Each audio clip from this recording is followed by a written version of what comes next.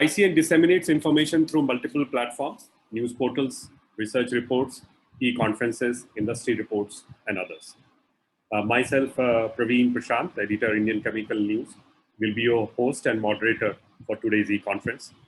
Today, we have industry stalwarts who will make this e-conference meaningful, insightful, and thought-provoking.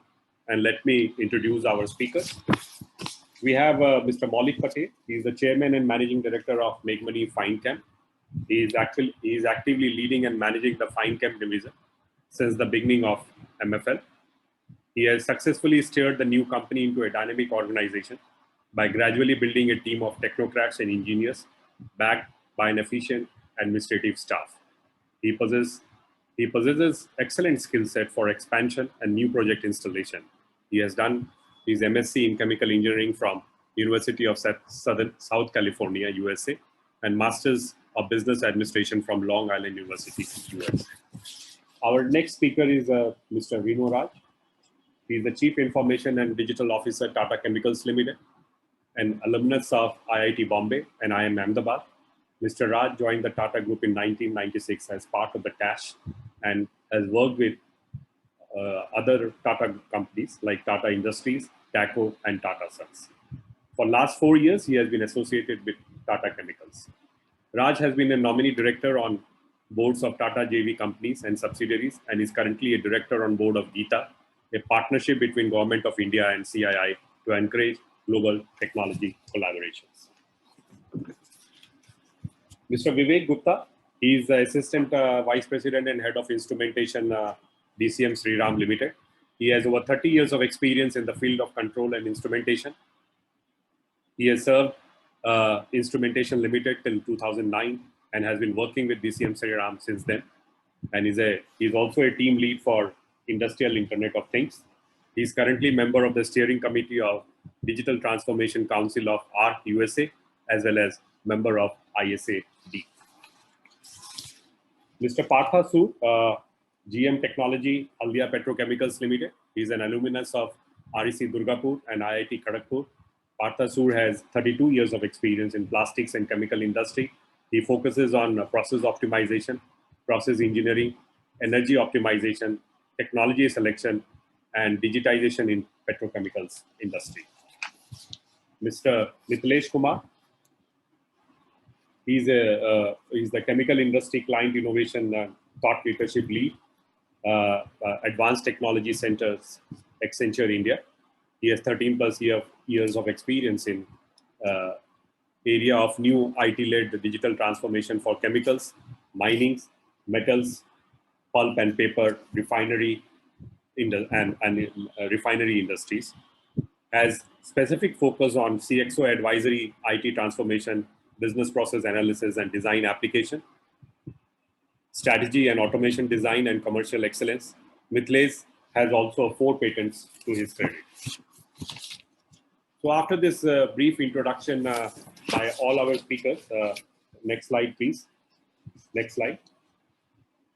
The key discussion points for today is accelerating digital business initiatives during and after COVID-19, value and opportunities for smart manufacturing, leveraging digital tools and data management techniques, demand of big data and analytics to revolutionize smart manufacturing in chemical sector, how artificial intelligence and machine learning will bring enhanced capabilities in smart manufacturing, converging digitalization and sustainability goals, increasing efficiency and productivity in smart manufacturing, increased usage of digital twins and IoT, deploying digital twins for new manufacturing plants, and training factory workers with new digital skill sets.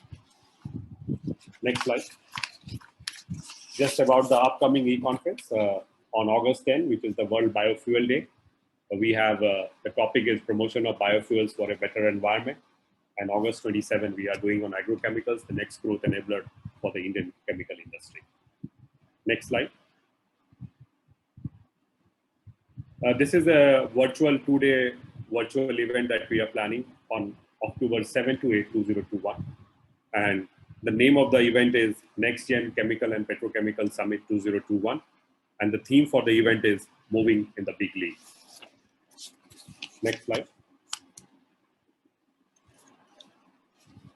The knowledge sessions that we have, or the knowledge track that we have in this Petrochemical and Petrochemical Summit 2021 is policy changes to make Indian chemical industry globally attractive, specialty chemicals expanding its horizon, agrochemicals doubling India's export/farmers' income, petrochemicals driving sustainable growth, digitalization and Industry 4.0 accelerating its pace, sustainability, earlier the better, hydrogen, the next clean energy, pharmaceutical, strengthening collaboration between chemical and pharmaceutical.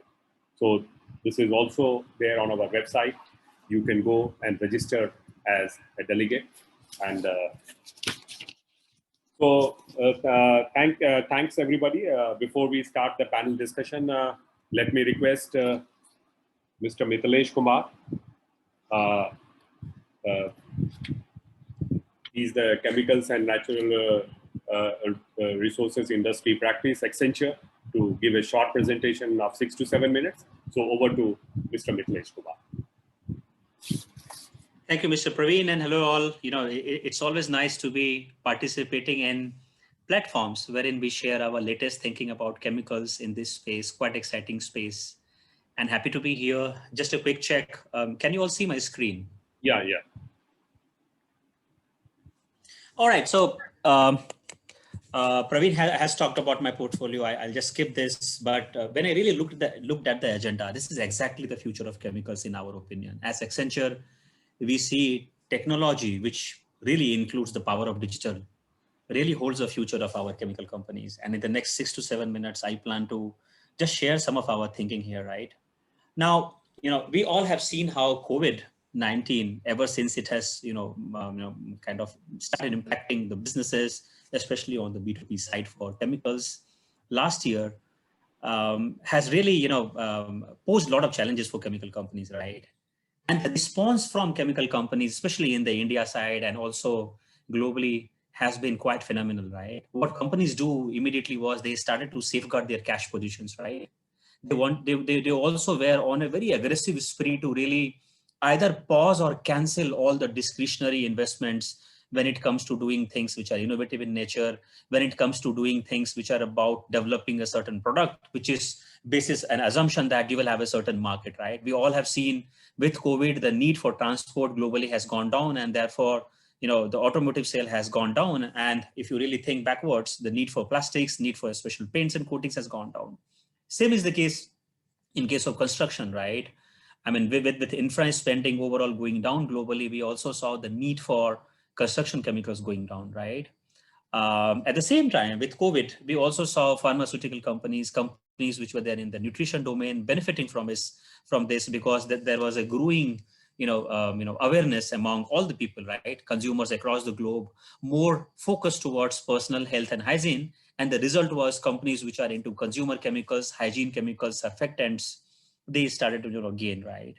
So the idea was really for chemical companies to capitalize on these opportunities and really take their decisions to really shift gears from being very traditional kind of setup to moving towards a specialty kind of thinking as well, right? And we have seen many examples, even Indian companies which have benefited from that, right? And also cross collaborating with CPG companies as well. What it has done from the IT side and digital side is enabling your workforce, and that too within a span of 5-10 days is extremely challenging, right? And this is where IT has played a never thought before kind of role, right?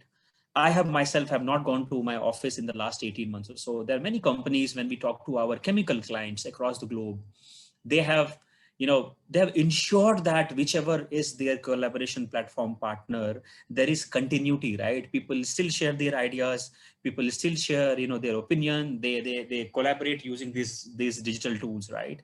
So there has been a huge focus for chemical companies to really upgrade from their existing old legacy kind of technology tools to the new ones, right? So these are the things which chemical companies have done. And in our opinion, there are 3 things which will ensure that your path to recovery in COVID, of course, COVID is transient, will be important. First of all, despite the hiccups in chemical industry, we should not lose sight from growth, right? Because we saw, just few days back, we saw IMF forecast talking about entire globe, growing at 4.5%, US itself 6.5%, China growing into, more than 6%. India, kind of estimated at 9% growth. Even Vietnam, giving a good growth estimate. Europe coming back into, lower single digits, right?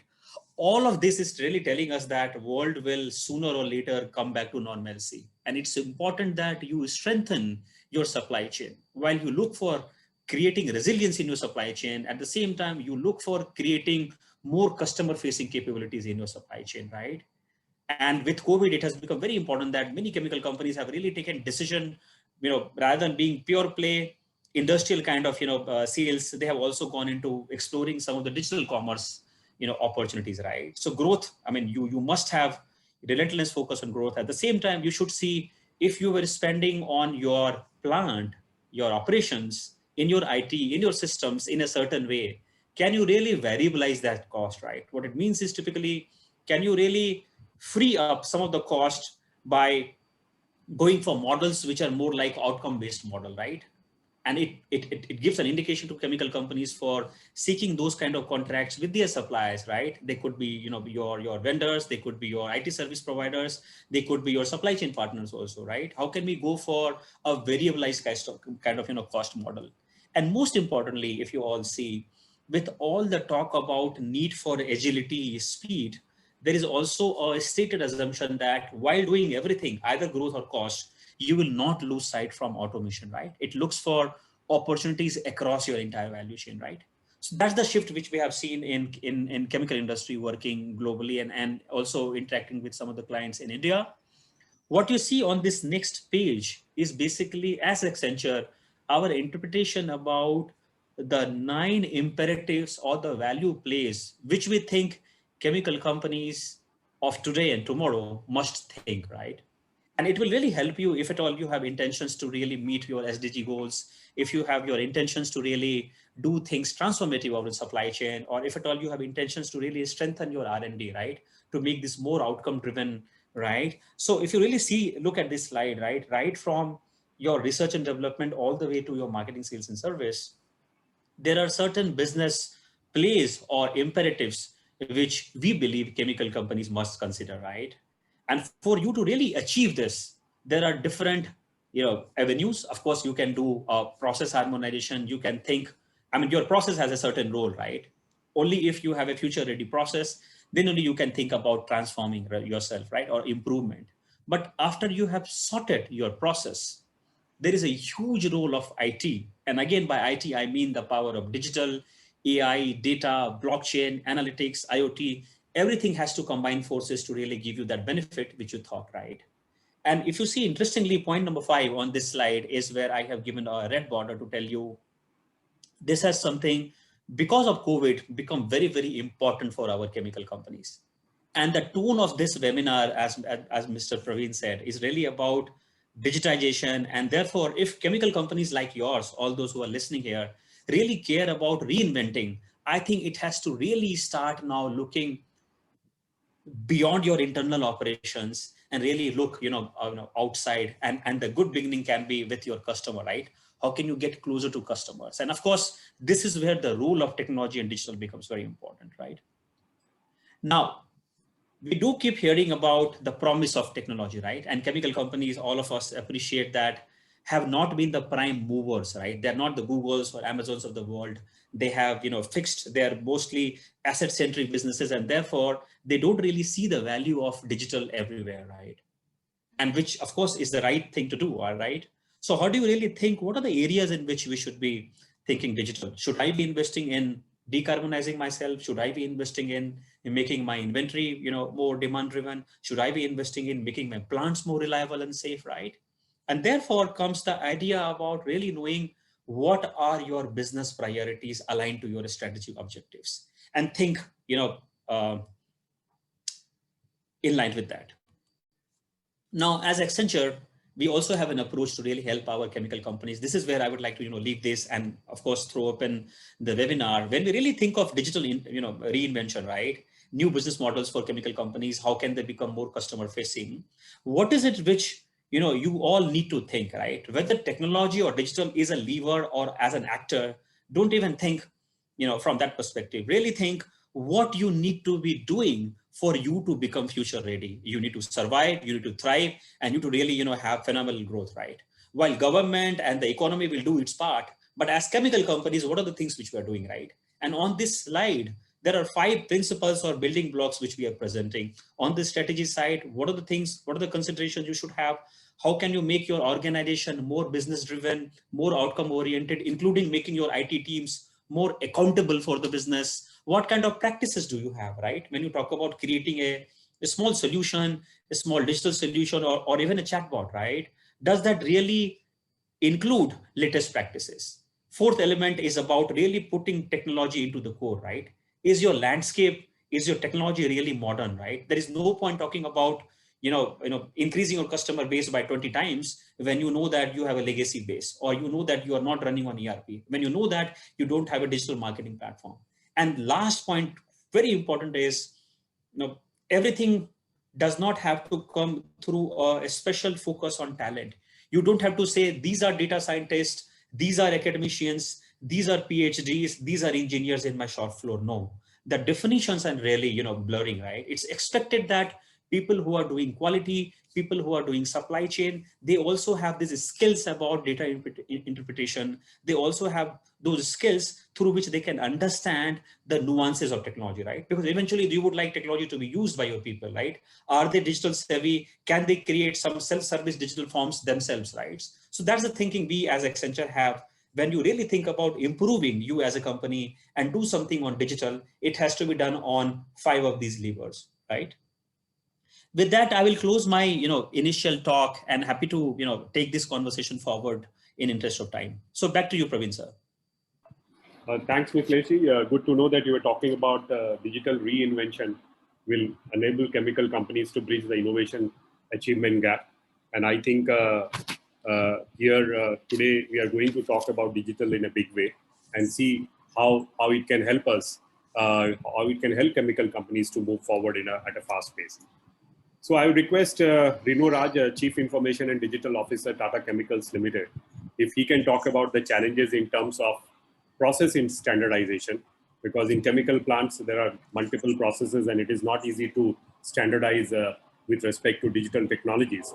So my concern to him would be how we can reduce these so that the deployment from pilot to commercial installation in digitization space takes place fast.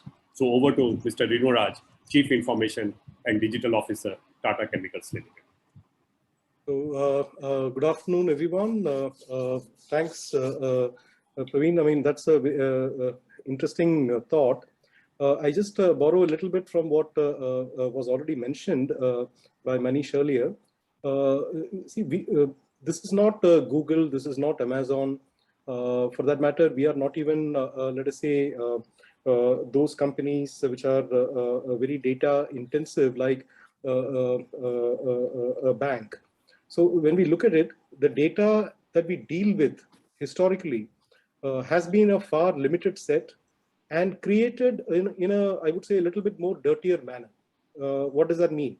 If we look at our quality labs, we do titration and essentially make a measurement and say that, this is how I'm approving this particular this thing. Now that's a piece of data which we have to use. How clean is that? How well have we maintained it? And that's the problem, basically, because most of the models that we are talking about, including AI, including the optimization models, have been germinated, flourished in the so-called internet and digital companies and sectors like banking and things like that. When we take those models and try to implement it in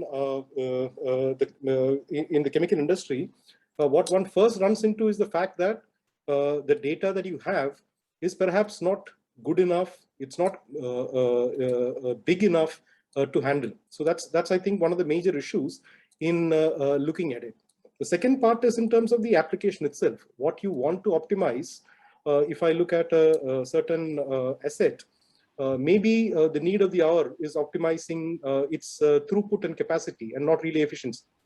Because the primary requirement may be that, I want to produce more, as opposed to think of what is the most optimal way of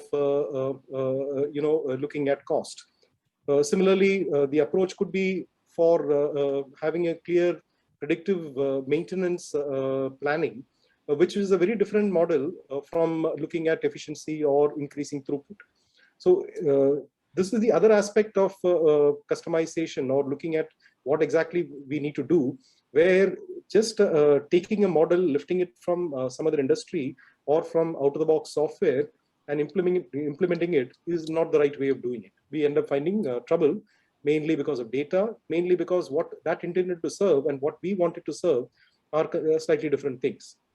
The other aspect is purely this: what works for, as I could say, what works for coal may not work for salt, even though, let us say, they look very similar. You may have algorithms which, for example, take a snapshot of a coal yard and try to assess how much is your inventory. You try doing that for salt, you may suddenly find that the very nature of salt, its reflectivity, the kind of contrast in the images, etc., essentially means that this won't work. So to that extent, what I'm trying to say is that the kind of data that we deal with is very different, and we have to focus on that first. One good way that we have found over experience over these last few years is essentially a model of looking at where do we find good data to look at the problem. If we don't have the right kind of data, how do we generate it, clean it, and accumulate it? Second, looking at what are the sort of pilots which we can run in that, perfect a plan accordingly, and then look at scaling. So in that sense, these are, I would say, more customized projects compared to what we have seen. And maybe there is a future in which, let us say, what a chemical company X has done somewhere in the West, we can lift and put it into one of our plants here. But as of now, we are finding that this is a step-by-step approach. We have to understand the problem in a more first-hand manner, and then address an appropriate solution to it. But sir, I wanted to know, in future, do we see those timelines getting reduced with more software integrated solutions that we do see? And your group company, TCS, is very active in that. So when do we see that happening? So I think one part is data maturity, which is the first part, in the sense that our own data, which we have been running plans for maybe decades, but we have not been using the data, so we have essentially not paid much attention to it in terms of how healthy it is and what value it is. I think first part is that data maturity. Over a period of time, I expect it to become fantastically better. So as you put it, the time to do experimentation, looking at what all we can optimize, suddenly you have a lot more possibilities. The second part is the software aspect, where multiple companies are working on it. And I think their early hanging fruits still may be in BFSI or an Amazon sort of company where data is all over the place. But I think more and more work is happening in process industries, which are closer to the kind of things that we are. So hopefully 5-10 years, we will have applications which are far more suited to our environments. Thank you, sir. Thank you, sir. Now we have, this was more with respect to the existing operations. I now come to Mr. Maulik Patel, Chairman and Managing Director of Meghmani Finechem. And there is a very interesting thing that they are planning to manufacture epichlorohydrin for the first time in India. And this would be done by Meghmani Finechem. This is more an achievement for all of us, all Indians. But the best part about is that this plant is being set up during the COVID-19 timeframe. And it was not easy. It is still in the process of being set up. And it was not easy, but they use the digital technologies in the best possible way so that they can deploy these with the local partners and along with the foreign partners who were not able to travel. So let us hear from Mr. Maulik Patel, Chairman and Managing Director, this story. So that from this story, then we build up on the digitization, what we can say, topic that we are talking today. Over to Mr. Maulik Patel. Yeah. Good afternoon, all. Thank you, Mr. Praveen. If you now epichlorohydrin, the subject which is first time is coming to India. We are coming with a 50,000 tons of plant of epichlorohydrin. When we talk about first time in India, so we don't have any experienced manpower in India. So it was a big challenge how to train the people in the COVID times, how to do a basic engineering, how to do a detail engineering of the entire project. But through our detail engineering partner like Tata Consultant Engineers, even in the COVID times, they've maintained and they've executed very well the detail engineering of the entire plant by sitting each engineers by their home and using the digital platform, using the technology for execution of the entire project. Use the so I have asked the questions to them, what kind of secrecy type it is going to maintain, if you people are going to maintain from the home. So they've used the best through VPNs and to connect their head office, and they've used the best software to execute the entire project with the secrecy. Same times, the same times our basic engineering and technology suppliers are from France, Technique, and they have also executed the entire basic engineering package from sitting in the France without coming into without the physical visit or physical meeting. Entire meeting and everything execution done through online platforms. Even in the next month, we have executed everything, and in the next month they are going to give entire training sessions to our entire team, which is going to commission the plan, is also going to through the online their training module. So 15 days the training they are going to give us to our entire team, which is also on the digital thing. So in the difficult time when the people are not experienced, and how you commission the entire project, this is a big kind of challenge. But use of the different technology, different digital platforms, through the softwares, different softwares, I think we are able to commission the entire plant without taking help of any physical people coming, or any experienced people from the outside, from the international, any experienced people team, or any other people. So this is it's a great challenge for our team, and we have gone through it, and I think we will successfully commission by end of third quarter of this financial year, not third, but the quarter one of next financial year. So and the same way we are also working on another big project, which is also first time, which is a CPVC, chlorinated PVC.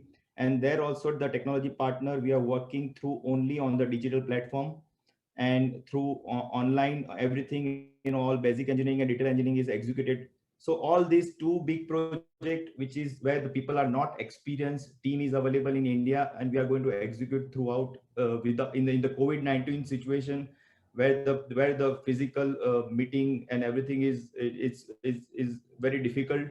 And entire project is going to commission with the help of the digital platform and the technology. So it is a great learning for the entire team, and the software which is available right now in the market, it is a great thing. And we have our team has adopted very well the entire technology transformation throughout the execution of these two projects.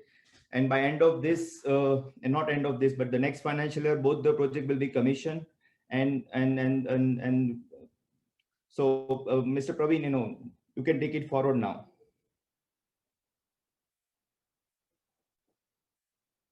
We cannot hear you, Mr. Praveen. You are on mute. So wanted to hear from you, Maulik ji, is are you completing these projects on time despite people not traveling, or is it that there has been some lead or lag time that you are looking at? Yeah, the job. So in the basic engineering, in the detail engineering, there was no delay. Everyone worked from their home and through the softwares. It was on time. But when we have because of the manufacturing of the equipments, it is getting delayed because of the oxygen, lack of oxygen and everything. So the project is going to delay by 1.5 month kind of thing, because of all the manufacturing people, they don't have enough oxygen in the second wave of COVID. So the project is going to delay by 1.5 to 2 months maximum, and hopefully we will commission by the quarter one next year, both the project. Yeah. Thank you, Maulik ji. Good to know that the project has not been delayed because of say use of technology, but because of government concerns related to use of hydrogen. And so it's good to know that even they say that only software can be deployed. I see also hardware being deployed. with best, what we can say, possible engineers or best possible resources being used on the site as well as off the site, and a better synergy or synchronism between the two helps in getting those projects and these large scale projects also being executed remotely, which is a very good sign, sir. Thank you. Now we have with us Mr. Vivek Gupta. He is the AVP and Head Instrumentation, and he has done a lot of digitization projects. So, sir, wanted to hear from your experience, where to start the digitization journey, and how should companies build upon it going forward. So these are the two things which is always a concern: where to start, and how, once you start, how you want to go ahead and move forward accordingly. So over to Mr. Vivek. Thank you, Mr. Praveen. I think I'm audible clearly. Yes, sir. Yes, sir. Please go ahead. So thanks once again to you. And I think Mr. Rino and Mr. Mithilesh Kumar and Mr. Maulik has put up the points in a very systematic way. Now, as far as the digitization is concerned, let me first say that it is a journey. Nobody can say that they have completed the digital transformation. And to start with, what we have done at our DCM Shriram complex, in a small way, we have not done in a big way, as you were telling. We have just taken a small step. And the first important thing which we have tried over here is to address the pain points of the plant. The technology is there, but if we are able to address the pain points of the process of the maintenance side, then the things can go, number one. And number two, it has to be a cross-functional. When I say cross-functional, means the process people, the electrical, mechanical, instrument, all guys should be there in the same team. And then jointly, first of all, prepare a problem statement. Actually, what we are trying to address. So that problem statement should be very clear. Number one, how we are to address it, and what are the benefits which we are going to get out of it. Because this industry 4.0, digital transformation, IIoT, these all are the buzzwords. But at the end of the day, the ultimate aim is to, number one, maximize the production. Number two, if we can reduce the dependency on the human. When I say it is not the reduction of the manpower who are regularly coming to the plant, but rather than giving them a useful amount of time to think over and make the strategy. Because most of the time, the maintenance team, the process team are in the field to fight against a typical problem. So, as per the studies made by various consultants and across FAI or ACME or whatever it may be there, we have found that the most of the failures or most of the breakdowns or shutdowns in the plant have to be taken due to the mechanical, that is the rotating equipment. And in most of the plants, the rotating equipment are old, from 25 to 30 years. And during those days, we didn't used to have the basic parameters even in DCS. If I would say, maybe it is a vibration, or it's a temperature, or the electric flux, or the noise, which if there is any component failure inside. So these are some of the few things which have not been, thought of during that time. It may be in a big compressor or in a turbine. But what about the other equipment? Like if we take a case of a motor, if we take a case of a fan, if we go for a cooling tower, these are very, very essential components for any running process plant. But the cooling tower, if I say, doesn't get that much of the kind of attention which it really desires. Because one has to go upstairs, see its gearbox, see its fan, if there is some fault inside that. Similarly, the motors, the driving end, the non-driving end, the vibrations were not at that prominent during that time of manufacturing. Now it is a need of the hour, because the culture normally is run to fail or a preventive kind of a thing. But now the shift is slowly getting over to do it in a predictive kind of a thing. So what we have done at our Kota complex in our 3 plants, namely fertilizer and power plant and our PVC plant, what we have done is we have identified some 2-3 critical assets on which we have introduced the sensor which can measure vibration, temperature, and the acoustic. Now what is happening is the task which was being done by mechanical maintenance guys, these used to be a predefined time interval. Now with the introduction of these sensors, we find that in a short span of time, we get the pre-alerts. So what I mean to say is this digitization is not going to stop your faults, but it will give you a pre-alert. So pre-alert, once we get the pre-alert, at least those secondary damages are avoided, number 1. Number 2, you can plan a maintenance of a machine rather than it stripping and then you are preparing to shift it to some other. See, in a plant where there is a captive power plant, where there is a limited source of power, you are not exporting the power to the outside world, where you have the limited number of fans and dampers, etc. So you are dependent on that single equipment or a single machine.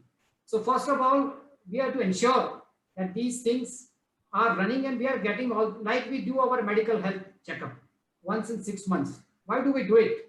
Even though we are feeling happy that we are okay, but sometimes we can get the trend of a parameter, whether my sugar is slowly increasing or my blood pressure is really on an increasing trend. So the trends which we are get of these parameters, they are really helpful. And once you establish yes, with the use of the technology, we are able to find out the inception of the fault rather than it has happened. So once you know the inception of the fault, you can very well take the corrective action, and that actually gives the confidence to the management also that whatever money they have put in buying these kind of sensors and their software is really a worth kind of thing. Because this is very essential for management buy-in. And what I've seen is ultimately once we get these kind of thing, we gather the data. This data is very, very important, as the others have also talked upon. So far, these data are not available in the DCS mostly. Why? Because DCS, the most important concentration is to run the process in auto. But what about the health of the asset? That is a concern of the maintenance people. So the mindset change, because the person who is sitting in front of the operating workstation running the plant, he is excellent in his process. He knows everything else, how to deal with the emergency situation. But what about the health of these motors, pumps, dampers, fans, heat exchangers, even I would say the steam traps. Once we talk about digitization, there are sensors which are available which can tell you that whether the steam traps are in the working condition or they are bad. Because ultimately what we are trying to do is, by the way of digitization, we are also trying to control the wages. Wages means WAGES, water, air, gas, electricity and steam. These all contribute to ultimately the power, the energy which a plant consumes. So if by the use of the technology, if we are able to measure it, say whatever gets measured gets controlled, and the measurement, maybe we do not have the proper channels in DCS to accommodate, and field wiring has to be done, which is a costly affair. In digitization, if you go for the wireless sensors, mostly because controls are already there at place in DCS, but those monitoring parameters we can very well take through the wireless sensors, which are available in the market. The challenge sometimes is suiting the MOC of the sensors, because every chemical plant has got a different kind of environment. So the right selection of the sensor, then maintaining those data, and the cross-functional team taking the ownership of their own site. That is very, very important. Some of the digitization, where this has been taken, fails in a short span of time, because the ownership most of the time remains with the instrumentation team. And so mechanical, electrical, and process and instrumentation, if these 4 core departments, if they work collaboratively, I can say that this journey can be very well taken off.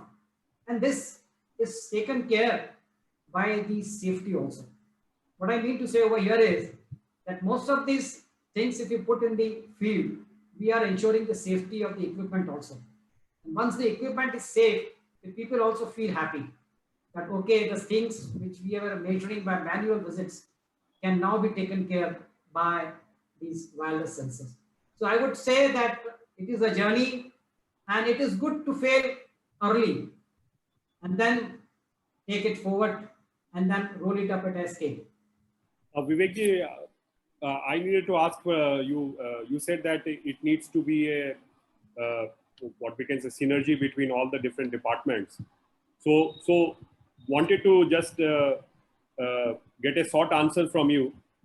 Who will head this this digitization journey? Who will be the master, or who will be the project head? Because that's where will it go to the instrumentation guy? Will it go to the IT person? Will it go to the chief operating officer? Or how for success to happen, who should be the accountable, or who should head it?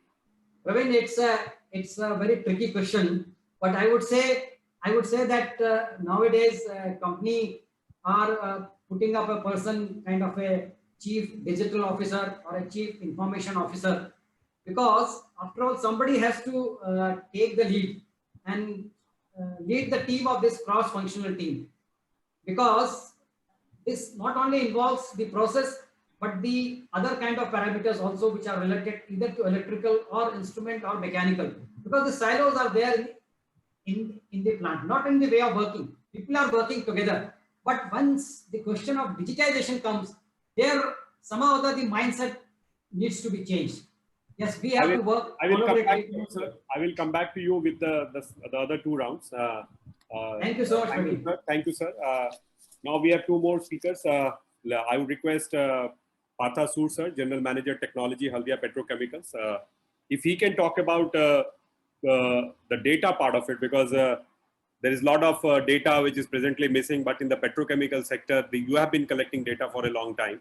So the demand of big data and analytics to revolutionize smart manufacturing in chemical sector. And I would request, sir, if you can stick to your three minutes that I have asked for, so that I can take up the next two tracks within the stipulated time frame. So over to Mr. Partha Sood, General Manager Technology, Haldia Petrochemicals Limited. First of all, very good afternoon to all my, the organizer, the fellow panelists, the audience, those who are joining, not able to see them.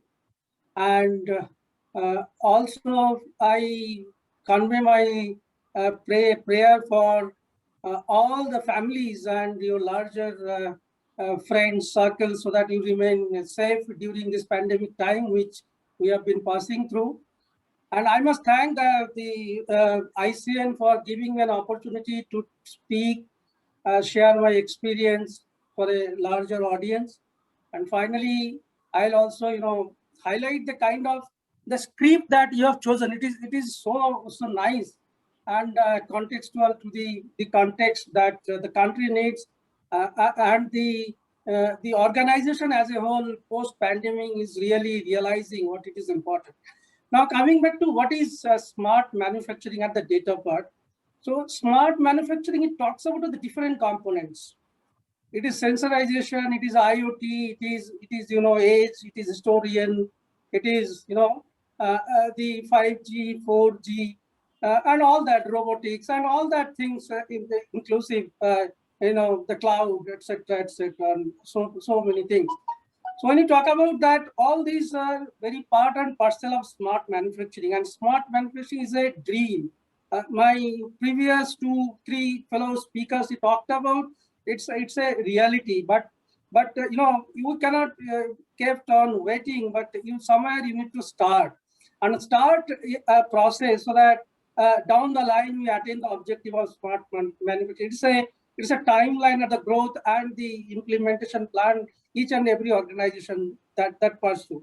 So from a chemical company perspective, chemical is a very, very big subject, and it is a multi-dimensional, whether you are in the the refining petrochemicals, specialty, performance chemicals, API, or pharmaceuticals. The complexity, and Mr. Rino has talked about the kind of the scale, kind of chemicals they handle. It is different. So it is a different for different. So I am talking about from my perspective. I am coming from a different background, on a large scale continuous manufacturing kind of plant, which Mr. Gupta is also talked about. Now the point is, you have to first choose which kind of customer I am going to. If I am in the commodity sector, so my pressure is a cost pressure. There is a performance pressure. There is a, so the scale and magnitude that you maintain, and the customer segment you are trying to, attain. So all these things, if you think and, put into the right perspective, so you cannot afford to lose any kind of opportunity that comes way of your digitalization and the big data. So if I say digital, first layer, what is your preparedness? How do I prepare from the bottom up? The sensors, the different, if the complex and the petrochemical or the chemical comes down through different phases of its life, whether between turnarounds, how we manage it at every section, how the sensors are being maintained. These are all part and parcel. So when I do that, then how do I integrate all this? So IoT, then take it through the IIoT platform, then you go into the historization. And from that historization, you build different sections, different objectives that you are going to. Now the question is, which one I should, there are my fellow panelists, they have correctly responded. What is my business objective? What I want to do with the data? So data, you must define the objective. Is it that profit objective? Is it the asset optimization is the objective? Is it the energy that is the objective? Or it is the kind of production volume at a unit cost they are looking into? So you have a various. So, and remember one thing, that if we think big, so unless we show the success, what kind of success we are, it is better that we start on a smaller scale, go through a kind of a POC and share the benefits. And moreover, it is not a one-man show. It is the entire organization, the whole, as Mr. Gupta talked about, the instrumentation, mechanical, chemical, manufacturing, technology, energy, inspections. For a large organization, it has to be the instrumentation, the IT backbone, the infrastructure, even the finance guys, they look at it. But what kind of objectives you are trying to fulfill? These are all important. Define it.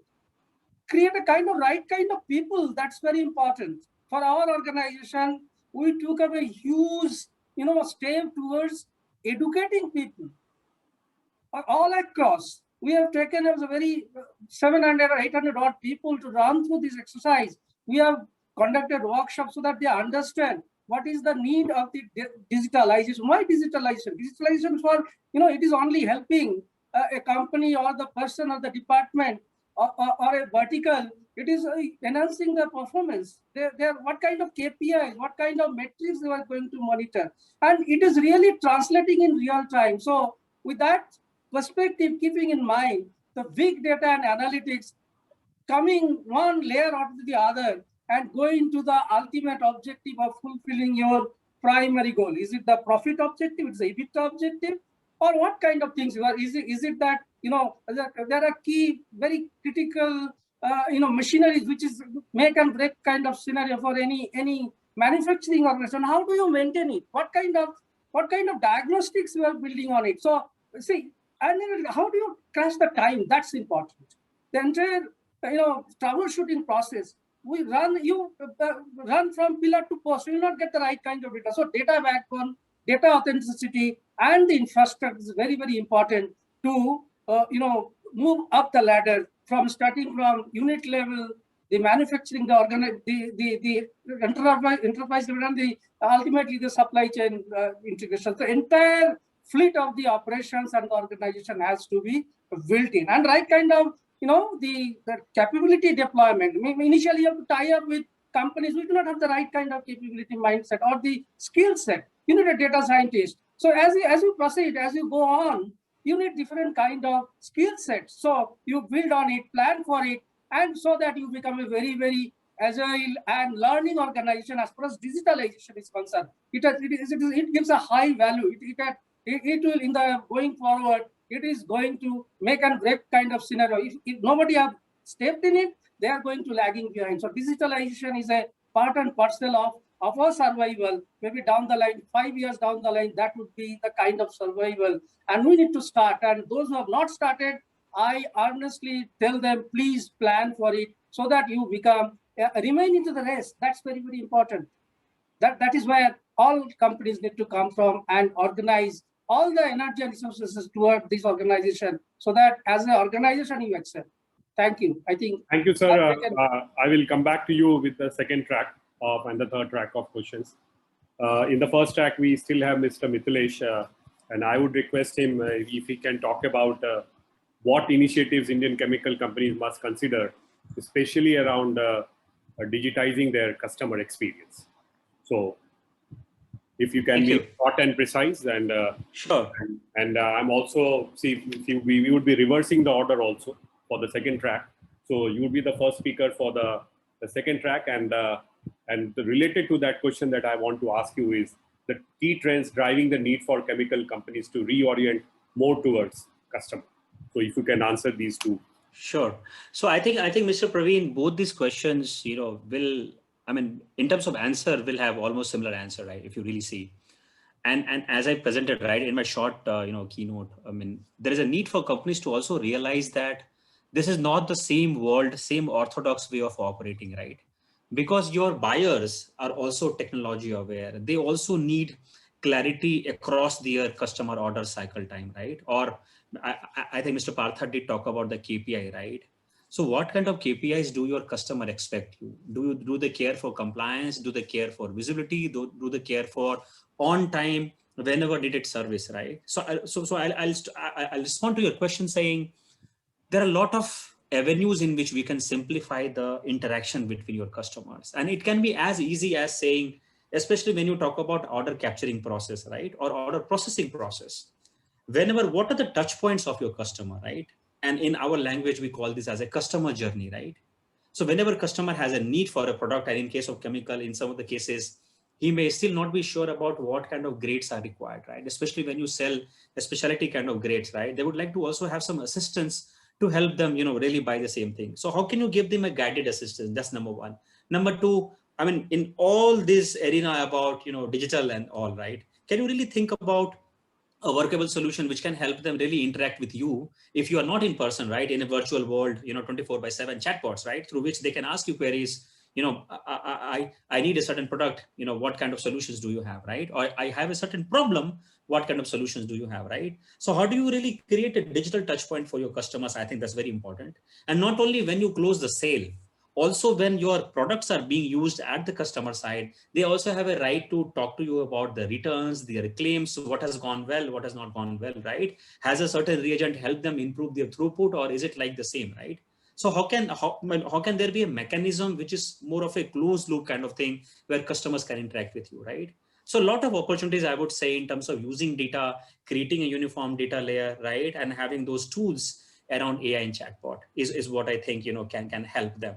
But as I said, right, idea is to really understand when we are doing business with a customer across the customer journey, what are the pain points in which we can help, resolve their problems. So that will be my short answer. And in fact, there are many clients of ours in India, outside India, who are thinking about, some of the innovations, right? And I think Mr. Vivek Gupta talked very beautifully about if you want to fail, you will fail early, right? So they're also approaching this entire paradigm with a fail fast kind of mindset, right? How do you enable customers? Because you don't have many sales force, right? You would like to, really automate some of the things, right? I mean, it's as trivial as enabling them with a mobile app in which they can do configure, price, and quote, right? So it's all about really enabling your sales force, creating that proximity with your customers. But what technologies are they presently utilizing in terms of customer engagement? Because what I see, the chatbots are not able to give us the answer, the correct answer or the required answer for taking decisions. And I have seen many chatbots, they are not intelligent enough.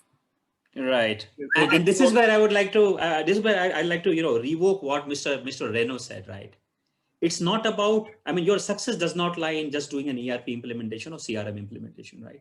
you need to have the right data, right? Because a chatbot has to, its corpus is essentially the data, right?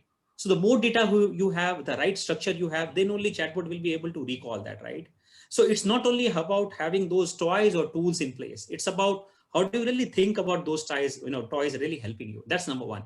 And number two is if you really see, even now, there are traditional approach to really approach your customers, right? You will have customer accounts, you will manage that in traditional tools, and then you will really know the cyclicity about your customers. The idea is, how can you really proactively know? And at simple, I'll give an example. If I really know there is a certain buyer of chemicals who places order every quarterly with me, or every 6 months with me, or every month, 1 month with me, how can I reduce their life so that they don't have to really reorder with me, re-raise the request for ordering when I know for sure that they are likely to order with us, long-term sticky customer? Can I create about some automation tools so that they just have to click on reorder? All other terms like payment, delivery, everything remains the same. And in your ERP, you have the same, order flow, which is there, so that you don't have to really trouble your customer for really worrying about next order cycle, when the product remains the same, the demand remains the same, and the configuration and packaging remains the same, right? So we are trying to talk about these small wins, quick wins, through which we can reduce this friction. Thank you, Mithilesh. Now, with you having already started the second track, now I come to Mr. Renu Raj, Chief Information and Digital Officer, Tata Chemicals. Sir, how you are utilizing digital tools and data management techniques, and how it has helped Tata Chemicals for the manufacturing plants that you operate. So over to Mr. Renu Raj. Yeah, as was mentioned, see, this is a journey on which we have started. When we look at the plants and the operations side, there are many avenues that we are seeing. There are projects that we have worked on, which have started delivering some amount of reduction in the variability of processes of what we expect. That is a certain impact on efficiencies and things like that. Similarly, there are projects which are working on simple aspects like throughput. We have done projects which have looked at maintenance in some sense. I wouldn't say fully predicting, but at least giving an early advance so that surprises are reduced. There are projects that we have worked on which really may not look at necessarily high impact business items like this, where we are talking about throughput or costs. There are things where we are working on where we are trying to capture wisdom of, let us say, people who have run a particular asset for years, and we are trying to embed it in a model, which is essentially what you could call as an early version of a digital twin, which can be then used for simulations or for training purposes. And things like that. So, I mean, that's not necessarily something which is coming up there, but it is also very important because when, at least in the next few years, when we see the experience of managing some of these assets is embedded in the wisdom of an experience of a few people, which we don't want to lose over a period of time. And this is a good way of institutionalizing it, as well as making sure that people who are freshly coming into the system appreciate what's going on. So that's again, I would say, equally important. We have also worked on safety data, trying to also see if we can identify patterns from data on near misses and things like that, to look at various other aspects, including the specific areas or specific time periods, time of day, day of week, etc., where certain kinds of issues can be more significant, trying to address those things. So these are all, I mean, I would say that it is limited by availability of data and imagination at this point in time. And of course, the effort required to make a customized solution, because unfortunately, not too many solutions are available for our industries as on date. So, once you get the data, what do you do, sir? How do you do the data mining part of it, and so the data, see what is relevant and what is not relevant for you?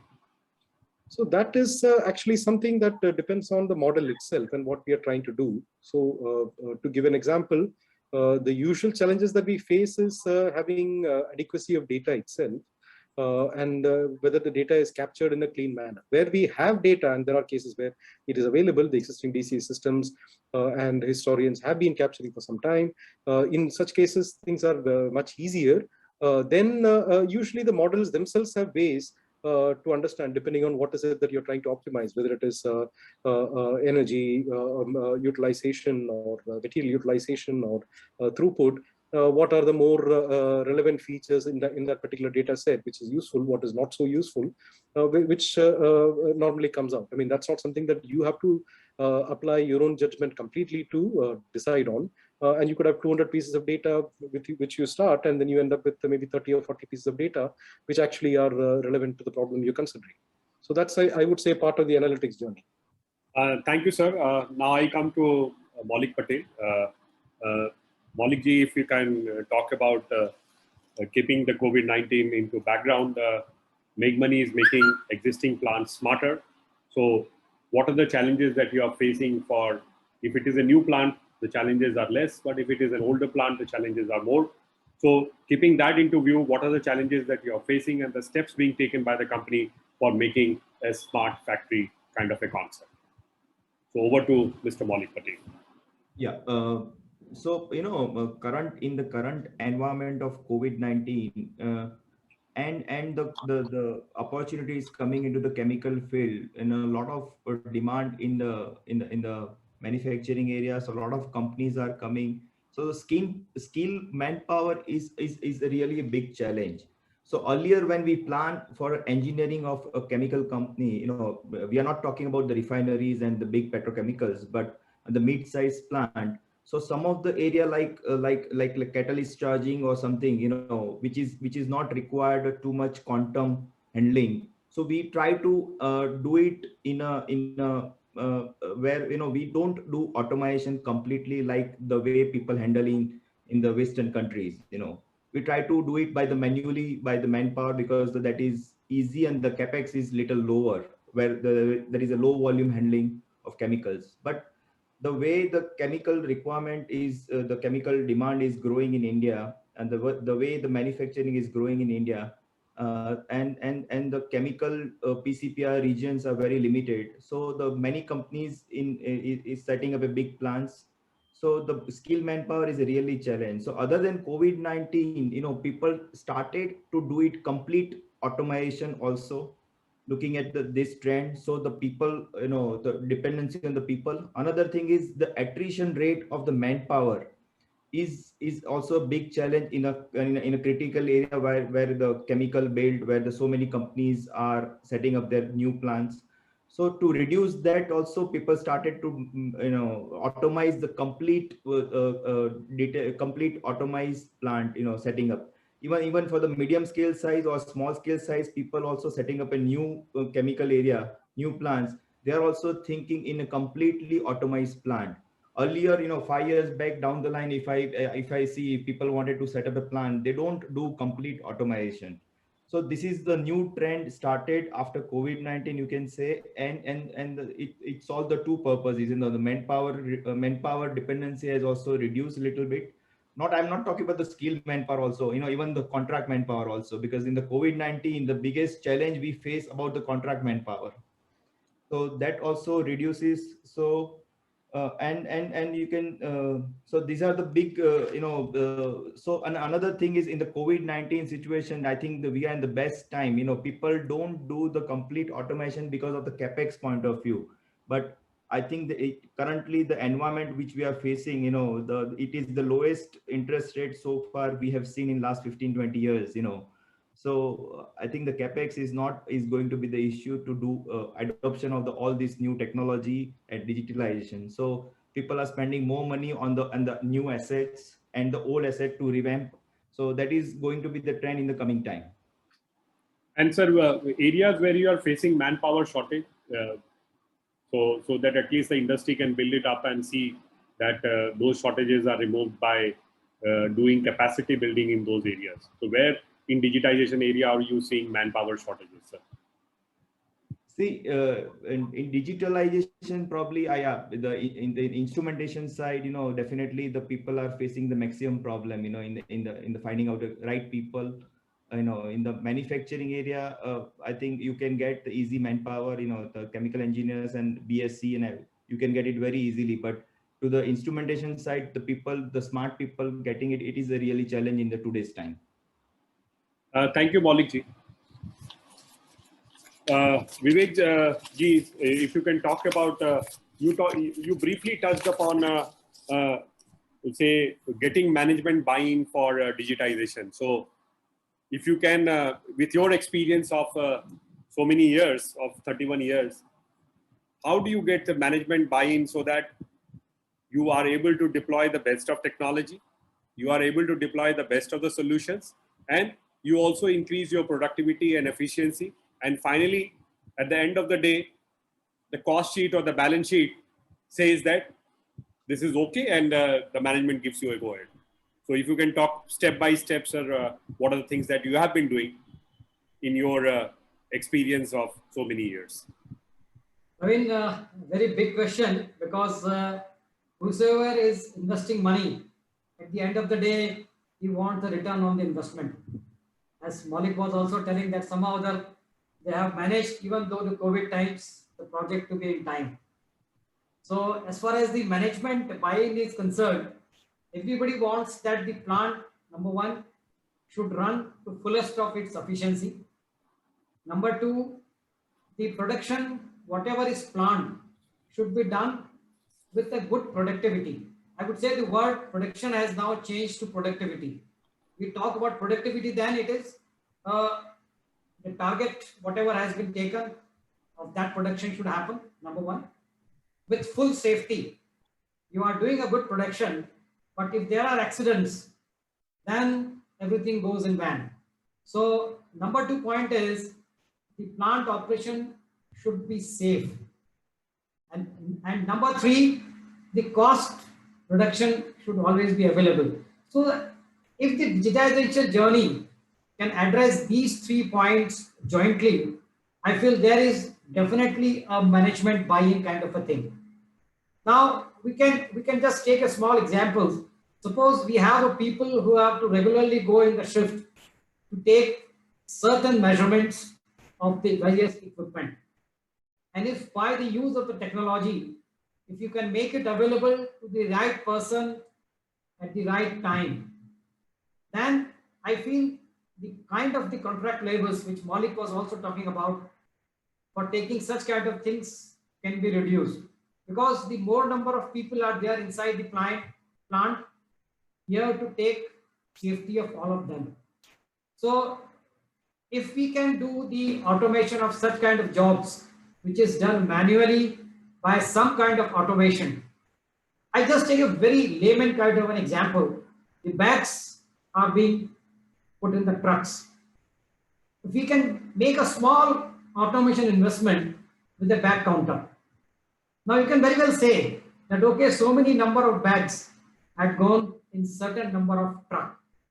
Now, even if the truck movement is inside the complex, can also be made a kind of a digitization, means some kind of sensor is given to each truck when it enters into the premises. How much time that truck is spent? Was it standing idle somewhere else?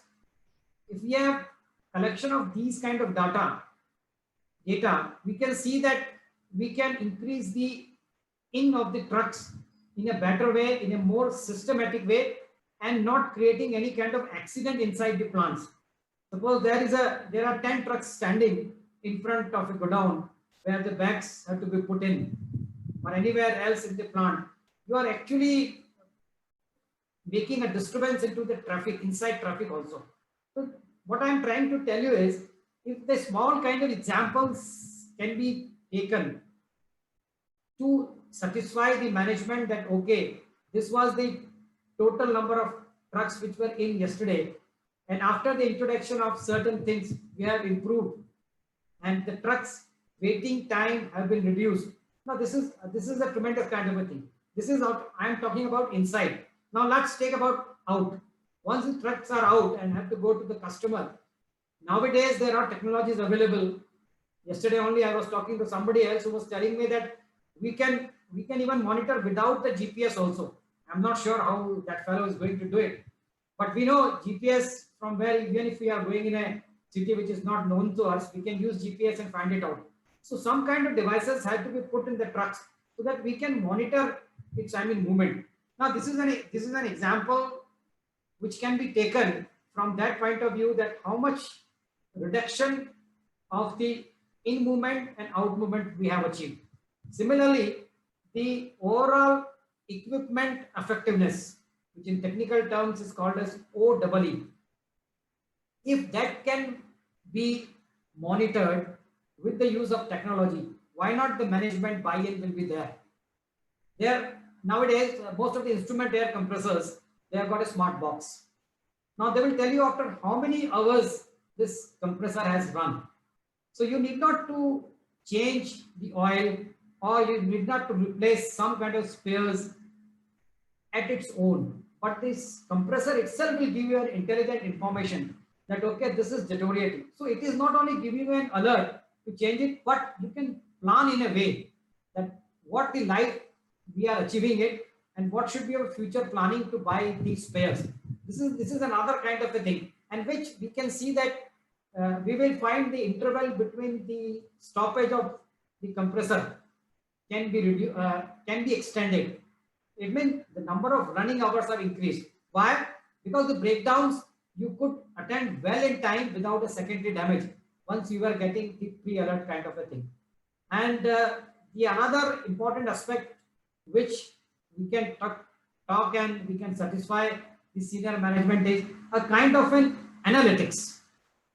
Because nowadays the fuel, let's say a case of a power plant where the multiple fuels are being fed. Now because of this, is the mainstream temperature getting down? If that can be monitored through a data analytics, we can very well see how much biomass had to be fed. And the biomass quantity can accordingly be regularized. So these are the things which we can satisfy, and we can meet the expectations of the management with the use of technology, because the different kind of dashboards is only for the purpose of information.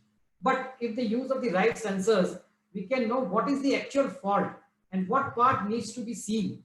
Then definitely with the use of SAP, we know that how much cost has been incurred on an asset prior to digitization and after the digitization. The results are very well before, even at the use of 3 to 4 months, you can see that you could attend the problems in the assets. And as Mr.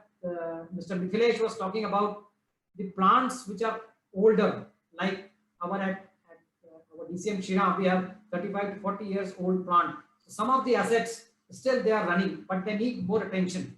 So I feel that the asset health monitoring can definitely reduce not only the cost, but the breakdowns also, which will in turn result into the more efficiency of the plant.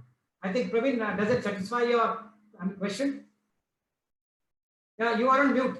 You are on mute, please. I think you have very elaborately explained, sir. And if with the right kind of data and with the right kind of inputs, if collected, can definitely lead to management buy-in as well as leading to efficiency and productivity at the same time. Thank you, sir. I would request Partha Sood, sir, if he can talk about deploying digital twins for the new manufacturing plants and what should be the steps that should be taken for its deployment. I think to set the context that those who are planning for new factory or new plant, given the kind of the trends that coming out, so it is all the more important that when you build a new facility, start planning, build the setup starting from the beginning. That means I call it the planning phase.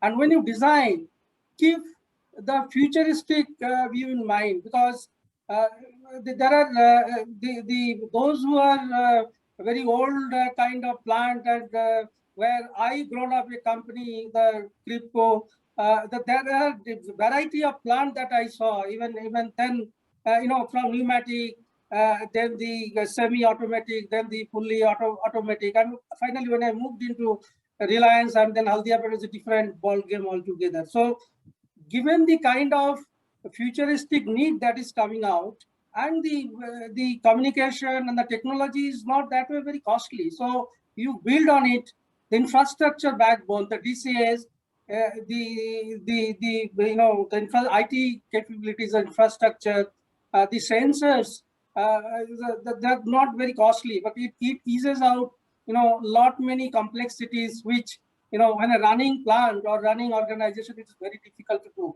So keeping organic growth futuristic planning should be in such a manner that you can integrate and fulfill all the technology stacks that we talked about and we are passing through. So now coming back to digital twin. Digital twin is, when I am starting the planning phase, I talked about the how the plant really start from engineering, then the construction, then the each phase of the projects that's come up. Starting from your engineering, how do you model?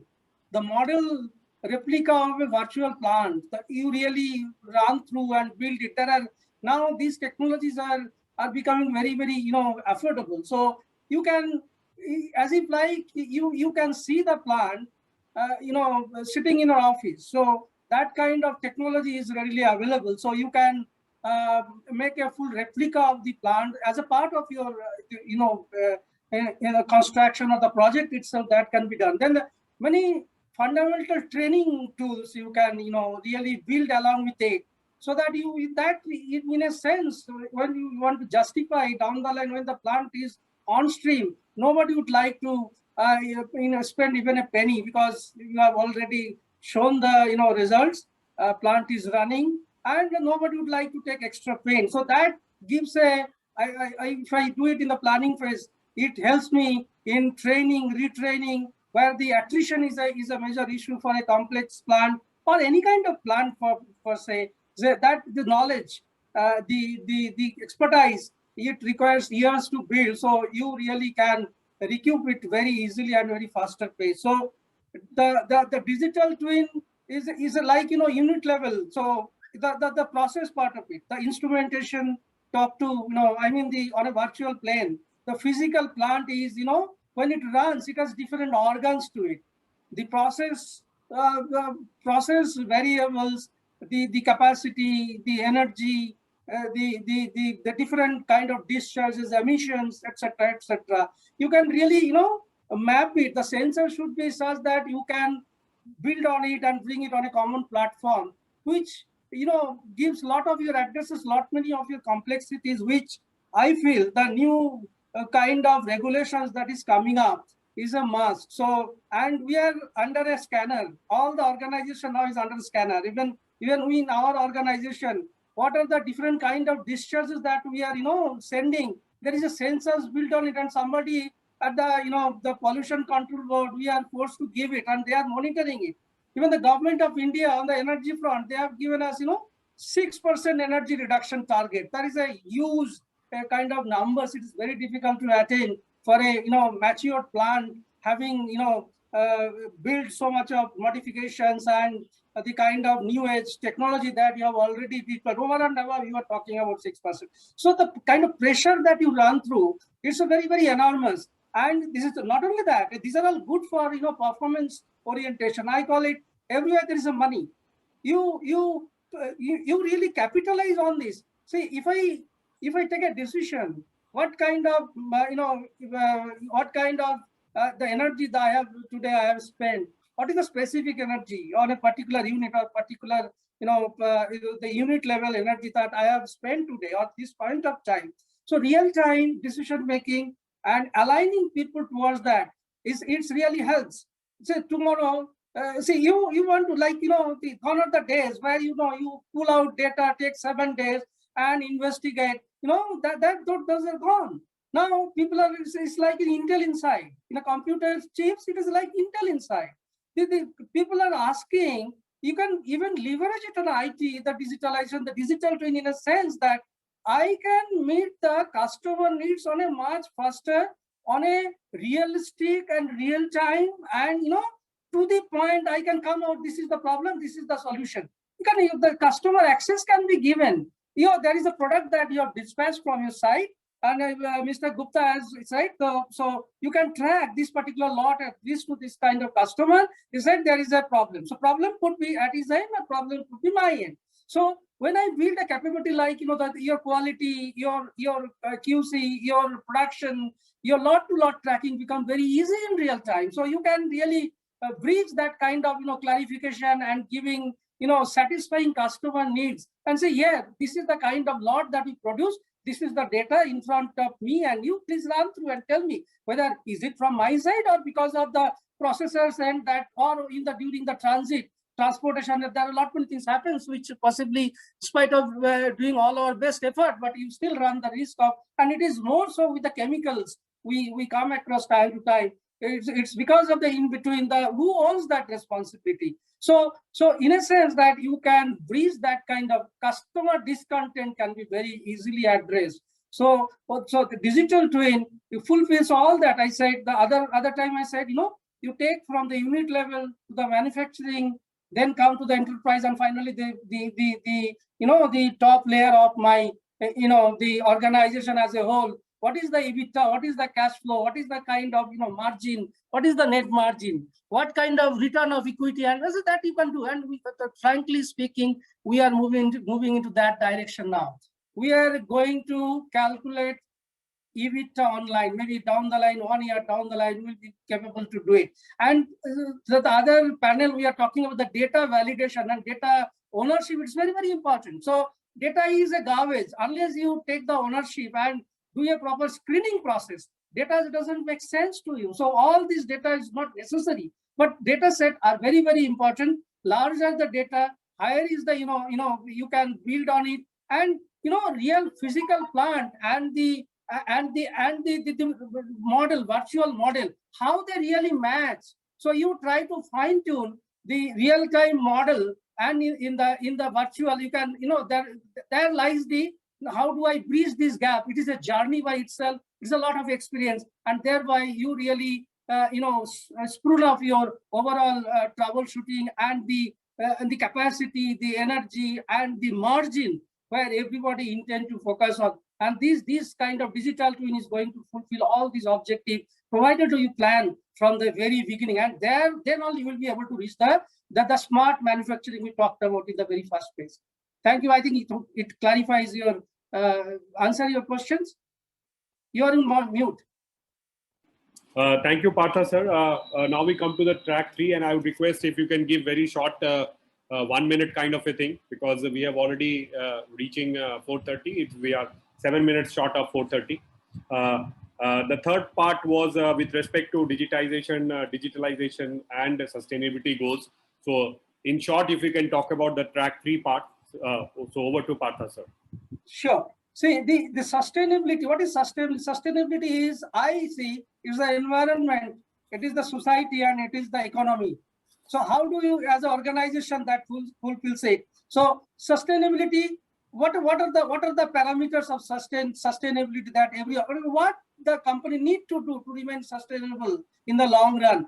And make no mistake, coming are the days where you will be asking that in order to sell your product or in order to get your bank loan, what would be your sustainability index? That is going to come up. The new projects, definitely, I am sure, if you want to, go for any kind of raising fund from abroad, you need to give that kind of declaration. Then only you'll be able to sanction their loan. So in a nutshell, it is every organization has a responsibility. The life below water, in land, and above water. So how I address it? Sustainable means, how do I really plan my operations? How do I address the regulatory requirement? How do I bring down the carbon index? So see, if the digital model and this real-time process model, digitalization, and the digital twin fulfills that kind of. So overall, how do I reduce and reuse?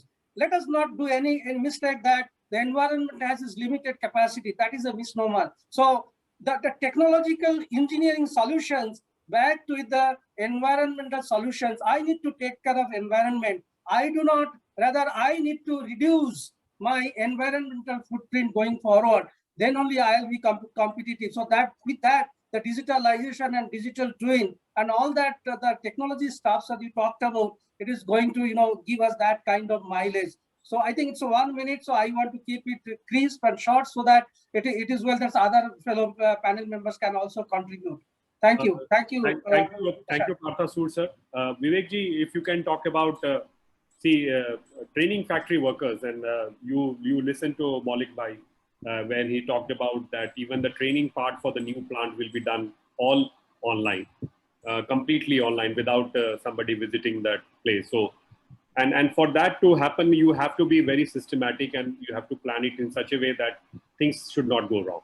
So keeping that into view, sir, how are you training factory workers with new digital skill sets to meet the present day requirement? Because on the one hand, you have to train on the process, and on the other hand, you have to train on the technology. So it is not easy for doing both. So 60 seconds, sir. Okay. So Praveen, the main thing is that the process things have to be documented. What we have started a procedure in our DCM end is we have to generate the PM orders on SAP. So whatever work you are doing on any equipment, you have to create a good history of that. Number two, once you create a PM order, you also create what kind of jobs, what kind of maintenance things, what kind of preventive kind of things you have done on it. So this will be documented. Now, once these two things are available on SAP, now third question comes is about the technology. So the data which are available, the shift reports, the daily reports, the monthly reports, that should incorporate the kind of the deviation. Suppose we set a range of a particular parameter. With a very easy fashion, we can identify which parameters have gone bad.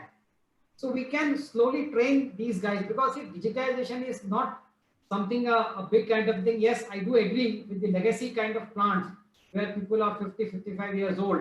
They are not so much computer savvy, but the millennials to come and the young generations, they are interested in that. So what we have to done is we have to use their technical knowledge and upskill them with, let's say, let them understand what is data analytics fundamentally. Mr. Partha Sood has very well explained about what is the digital twin. Now, if such kind of trainings from the institutes who have got a process background, that can, I mean, really, somebody was telling about some concern about IIT and CII. Yes, these kind of people who are having the field knowledge, the process knowledge, and as well as the academic knowledge. These three things combining, we can, I mean, definitely train the people and make them understand. So for that, if we do some digitization kind of a thing, we can spare their some of the times while the plants are running, and with the use of simulators, we can very well, I mean, educate them. Thank you, Vivek ji. Maulik ji, if you are planning to install DCS and you are planning to give access to employees as well as to vendors. So keeping that into view, how are you planning to remotely monitor these steps so that it will be useful for all stakeholders? So Maulik Patel. Yes. So it was in line with what Mr. Vivek has said, to record all the data, what you are going to do it. So we all have all chloroalkali plant, chloromethane plant, hydrogen peroxide plant, what we have all are fully automated DCS operated plant. But still, that plant has set up over the period of time, different times. So all DCS operations are different location, different in the campus. So we have decided this year that we would like to do a centralized DCS system like what used to have in the petrochemical and the refinery and petrochemicals. So that we are working on that in a centralized way. Another thing is in the COVID situation, we face a big problem because of the less manpower working on the site and rotation of the people. So to remove that part, we have decided to go on a digitalization and to record all the data what we have in the operation data to make it on a digitalization on a platform like Espantech. We are going to use it, and the people can access from home, and the senior people also who are not available or not present on that particular day or that particular time. So if something goes wrong or people wanted to see what is the status of the plant, they can see it by logging in their phone or their computer from sitting at home.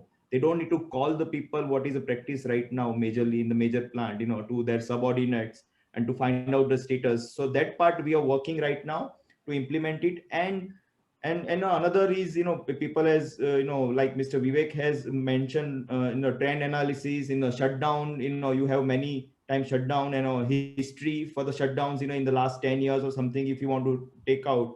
So we are really working on that Espantec software to implement at our campus as fast as possible. Another thing is, other than the manufacturing line, the procurement and the project side or the capex side, or we are also working, most of the companies, they are using SAP, but to how to analyze those data which is available on SAP, there are softwares we are working right now, which is kind of Microsoft Power BI or Tableau kind of thing, which can represent all the data available in the SAP in a better way. So people can access, the normal people, you don't need any help of the IT people. You can easily find out any finance person, any marketing person, any procurement person can find out the analysis, what is going on and what can be the trend in the data. So the data analytics, we are going to make it in a more usable manner in coming times by using this kind of digitalization and the softwares in the future.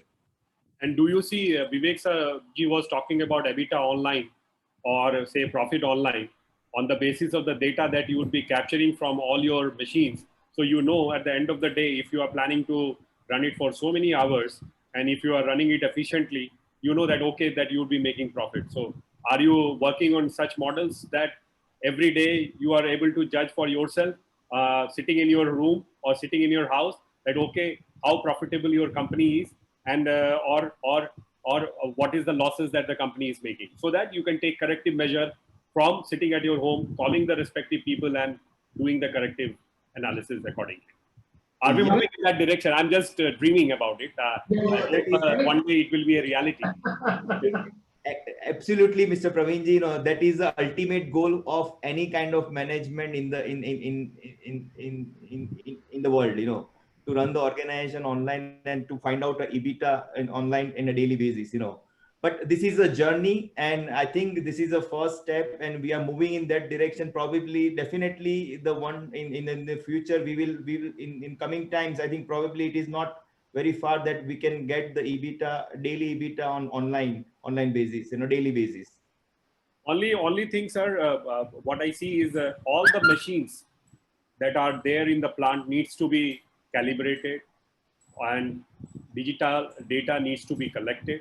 And after the data mining and other things, with the formula that we are talking about, with the software engineers, we will be able to achieve this moving forward. And things will become more simpler going forward. Thank you, Maulik ji. Now we have the last speaker, Mr. Rino Raj from Tata Chemicals. Sir, wanted to know the role of artificial intelligence and machine learning. To a certain extent, artificial intelligence has been used in the chemical sector, but machine learning still a big, what we can say, still a big, it will take some time for that to happen. So how do you see both these technologies enhancing smart manufacturing for the chemical sector?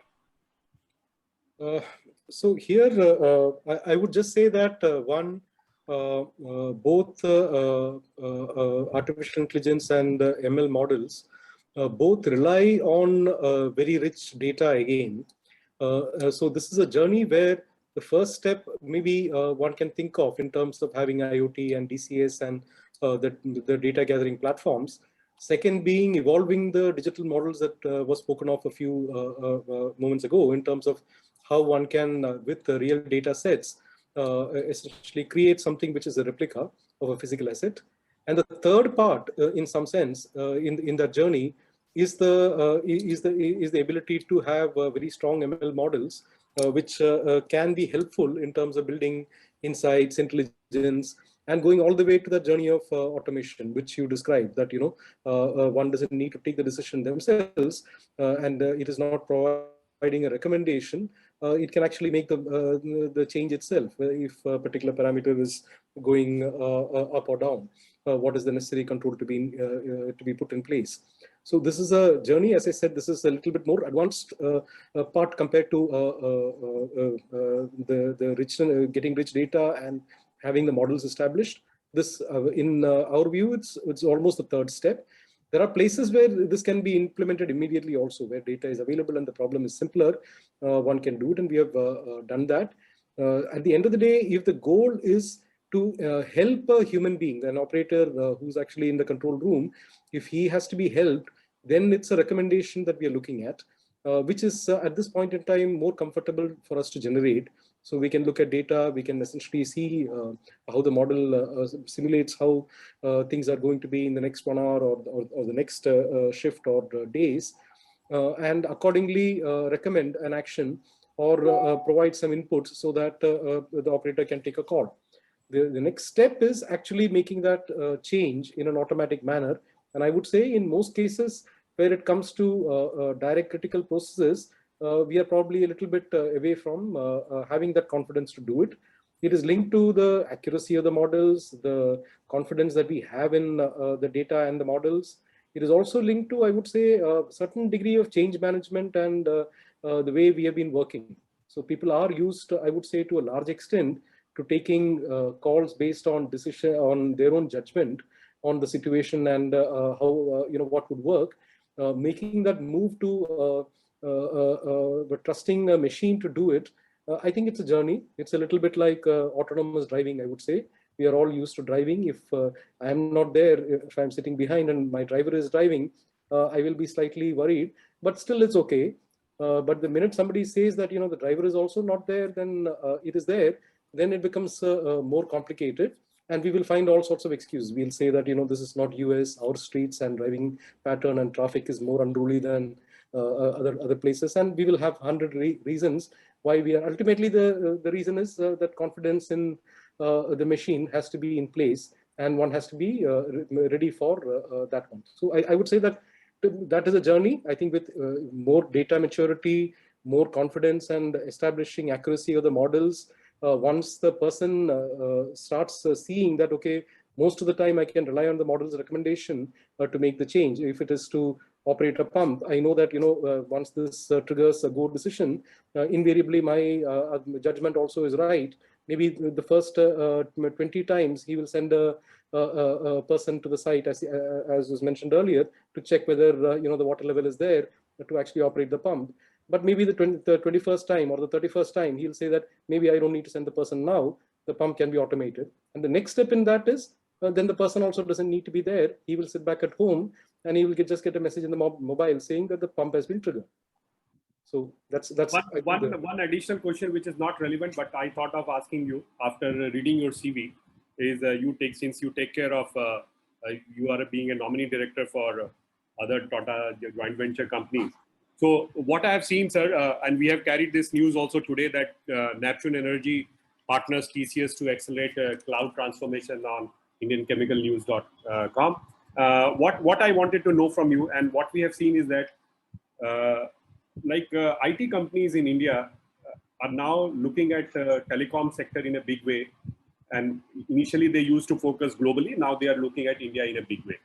When do we see these IT companies, because you are part of the Tata Group, looking at India and the chemical sector in a big way, because this is one industry which is the sunrise sector, and we do not see these companies participating actively, whether chemical or petrochemical, in a big way.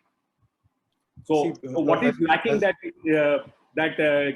IT companies are not getting attracted to the chemical and petrochemical companies? So very well, this is purely a game. Hello? Short answer. So this is a. This is essentially the right way. People follow money. So IT companies essentially follow where there is larger money. Earlier, dollars used to be larger than rupees. Now we know that the growth is actually happening in the East, and India is itself one of the biggest growth engines in the world. So there is more focus on India. in India, a lot of money was going into telecom and such segments, industries like chemistry, chemicals, and pharma. While the potential is excellent, I think now is the time. Maybe in the next few years, we will see more investment in these sectors. As you mentioned earlier, specialty chemicals. There is a lot of investment which is potentially hanging, and we can be a center not just for India but for other parts of the world as well in certain areas. And once that prospect is there, there will be investment and money, and you will find that all the biggies will be like bees to honey, will come, and you will suddenly find that solutions will also be evolving more rapidly. Thank you, Rinuraj, for your, what we can say, very open dialogue with all of us.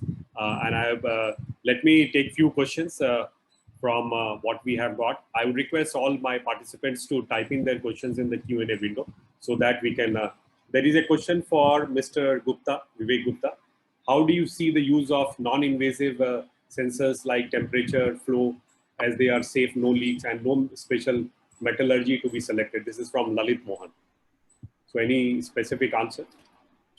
Yeah, Mr. Lalit, you are very true. The old equipment, the old assets, the old pipelines, sometimes we are not able to make any hole or a drill on that to install any kind of sensors. So the clamp-on type of technology, if we can use it on pipes, or the sensors nowadays, we are seeing that they can be put even on the, suppose say there is a compressor. So on the cover of that compressor or on the motor cover, if you can put a vibration kind of a thing. Yes, I do agree that invasive kind of sensors are really the right solutions for the measurements on those legacy assets on which the critical measurements now being required for the overall equipment effectiveness is not available. Invasive kind of technology is the right solution. Thank you, Vivek ji. We have a question for Maulik Patel ji, and this is another question from Lalit ji.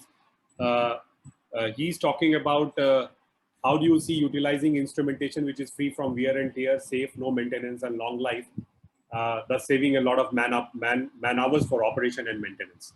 So he's talking about non-corrosive kind of a technology where manpower would not be required, and on the other hand, you can take care of the automation at the same time. Yeah. Mr. Lalit, normally in the past, where the capex was a major issue, where people in a mid-scale operation, people can think about to saving a cost, and people use other kind of MOC, which rather than lower cost of MOC in terms of instrumentation where it is required. But now I think the cost of instrumentation has also gone down in coming times. The people in the competition and the manpower and skill manpower cost is also gone up drastically. So the instrumentation side, I don't think so people are focusing on the reducing their capex, or now all the majority of the people, all the chemical parks are on the isolated locations. So where the maintenance is a key challenge. So people wanted to avoid the maintenance issues. So people use the right MOC at the right time right now, in the current environment, earlier the chemical parks are nearby the city, so the manpower is easily available and so people compromise in terms of the maintenance, also in terms of the cost also. But in the current trend, I think the people use the right MOC at the right location. They don't want to compromise in any kind of thing in terms of the life of the instrument or the equipment. Yeah. Thank you, Maulik ji. There is a question from Jalpesh Vora. He's talking about maintaining HAZOP recommendations in project. Anybody aware about HAZOP recommendations? So if nobody, then let me move to the next part. Brajesh Mistry is talking about, he's talking about the pain point. There are data collected from various equipments with different software, and common data point is missing. And I think it's a valid point that he's bringing. This may lead to duplication or absence of data analytics. So how do we solve the problem? What he's saying is that there are different softwares that companies would have taken, and the collection of data from these softwares are in a different way because they collect data in a different way. Now, how do you plan to combine this data? And Maulik ji was talking about, that he's planning to have all the data combined at a central place. And from there, he can give access to the employee as well as to the vendor, so that they can see whether their equipment is running efficiently. If not, what corrective measure needs to be taken. So who will take this up? Yeah, I just wanted to give the answer of this, because we are working on the same challenges, because in the same campus we have a different plans at different time, and all the DCS providers are also different.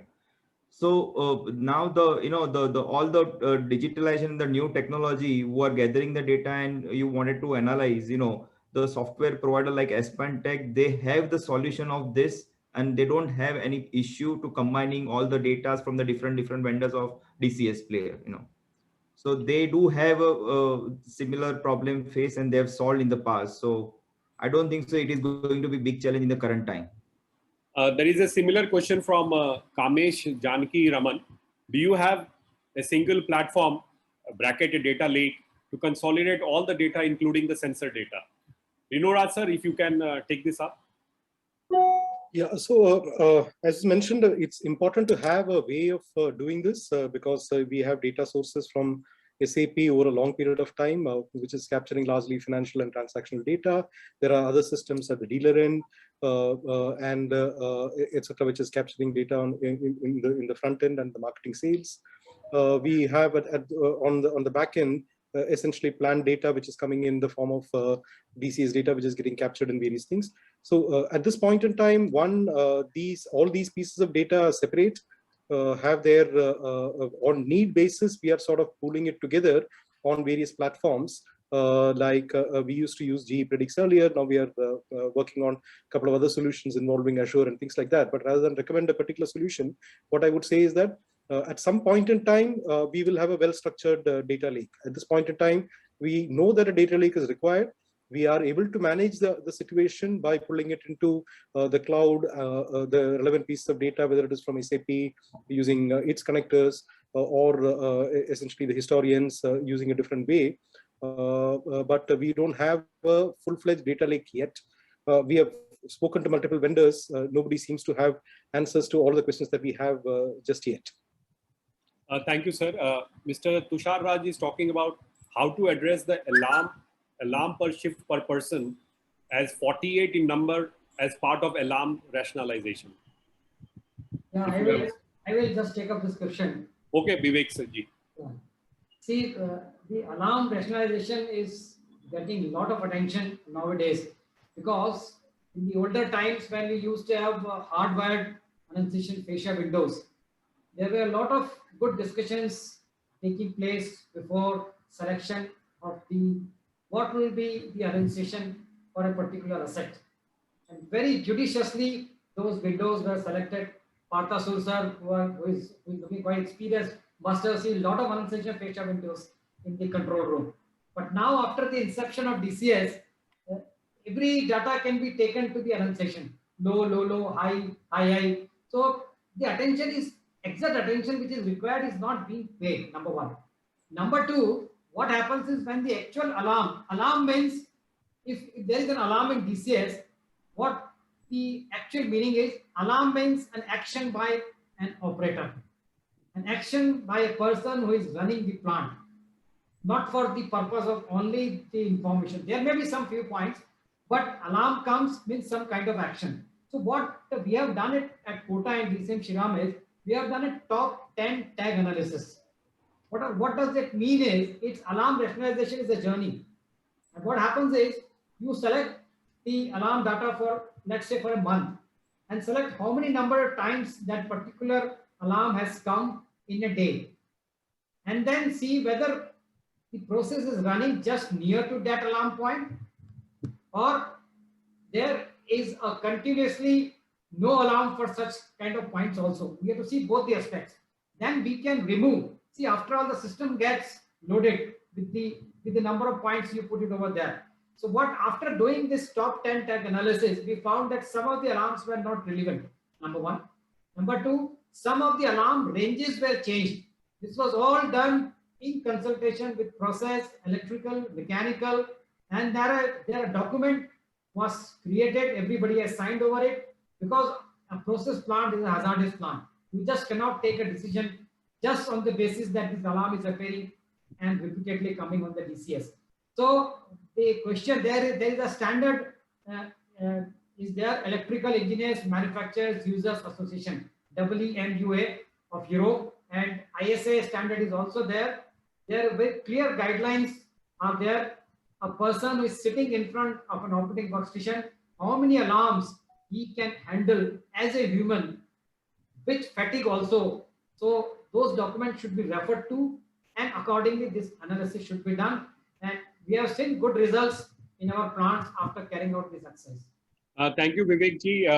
One question to Partha Sood sir with respect to the digital twins. Does from Sanj Dodia, does making digital twins of core process in plants and deep learning models help to optimize DCS inputs to enhance value and safety? Any such core digital twin attempts in process industry? See, the digital twin, see, if you see for the paucity of time, I just, didn't enter into too much of the details. So digital twin, what essentially addresses is if there's a process plant. So you are trying to, you have a designed asset. It has certain parameters you need to. That the question is how that the design and the operation really runs into it. So you are trying to, monitor and contain within the design parameters, fulfilling all the objectives you are trying to attain, to meet. So there, in a sense that when we build on it, the many a time what happens, the design and the actual, you find still the design is, a little bit fat, they say far away from the reality. So the overall this data set, when you gather in the long run, so that gives you it all depends on what kind of data and what period you have. I mean, you may have a very good, data for some period, you may have a bad data. So in the entire experience of the operations of the plant, if you archive it, get this data, then you can build a model. What Mr. Reno is trying to explain to you. These deep dive, machine learning and artificial intelligence, give you very small incremental move that really helps, and you really can, based on that, you really very well define your operational window. So thereby you take care of the hazards that is coming on the way of your operations, and you become much more knowledgeable, and you maintain on a larger footprint, which otherwise only 2 eyes or 10 eyes cannot do that kind of, So all these things, deep dive and, deep learning, it is a next level of operational excellence, where also you address the safety and the experience, the skills, because so I have 35 years experience, Mr. Gupta has, or XYZ having so many years of experience in the same kind of, verticals. But going forward, you don't think you will be having that kind of experience set of people. So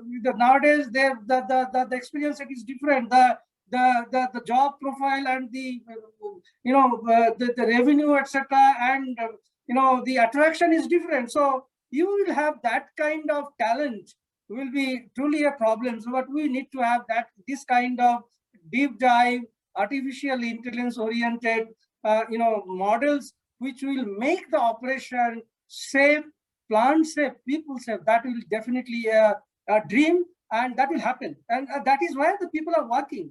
And we have a plan to move into that direction going forward. And we are building on it. Thank you, Partha Sood, sir. One last question, and I think this is a practical question that the person Vikrant is asking. What is the best solution for automated pick and place system at the end line for filling bottles in carton with multiple sizes? So I think the best would be that you, in terms of batch processing, if you can do different batches. So if you're looking at a bigger bottle or a smaller bottle, you can have different batches so that it can be taken care at the same time. But this is what a general knowledge that I thought of answering, but you are better. So in terms of handling it, you are the experts. So one last view from everybody, short answer, and then I will do the wind up. So from Mr. Vivek Gupta, any specific answer that you think of, sir? I don't have any experience of this automation of packing of bottles. We are doing for the bags. Okay. That is there, but not about bottles. I'm not aware. Maulik Patel ji, any answer for this, sir? Not yet. Yeah, same questions. We have a solid product, not a liquid product, and we don't pack in the bottles. We pack in the drum. No, he's talking about different size of drums. Yeah. No, but So, it is. Yeah. So you were packing. doing something, sir. Don't have any experience. Yeah. Rino Rajji, sir, if you can. Sorry, I think again bulk chemicals is our experience. So if it's bags or rakes, we can talk about it. Sorry. Partha Sood, sir. Actually, I didn't get the question. Can you just brief? He's saying what is the best, it is written there, sir, if you go to the Q&A section. Vikrant, what is the best solution for automated pick and place system at the end line for filling bottles in carton with multiple sizes? Oh, it's a very difficult one. I don't have any idea. I think what the answer that I have talked about, you do the batch processing, and in terms of batch, define your volume or define your bottle size and accordingly fill it up to meet your requirement. With this, let me thank all my speakers. They have been kind enough to answer all the questions that have been put up. Plus, they have, from their own experience, talked about what's happening inside their industry and also inside their company, which was very in-depth as well as insightful. Let me thank Mr. Maulik Patel, Chairman and Managing Director of Meg Money Fine Chem Limited, Mr. Rino Raj, Chief Information and Digital Officer, Tata Chemicals Limited, Mr. Vivek Gupta, AVP and Head Instrumentation, DCM Sriram Limited, Mr. Partha Sood, sir, General Manager Technology, Haldia Petrochemicals Limited, Mr. Mithilesh Kumar, Chemicals and Natural Resources Industry Practice Accenture. And I would like to really thank all of them from the bottom of my heart that they took time out, explained the things in detail, and also made this session interacting. I would also request all delegates to register for the next set of events. We have on the World Biofuel Day, which is on August 10th, we have one event. Then on August 27th, we have on agrochemical, and then we have the big event which is happening, which is the virtual event, which is happening on October 7 and 8, where we are talking about next gen technologies. So let me thank all delegates who participated in this event. Those who registered but did not participate can watch the recorded version from tomorrow onwards. Let me thank all speakers, delegates, and all my ICN team members for making this e-conference a success. This is Praveen Prashant signing off to meet again on August 10 at 2:55 p.m. Goodbye and namaste. Till then, take care and stay safe.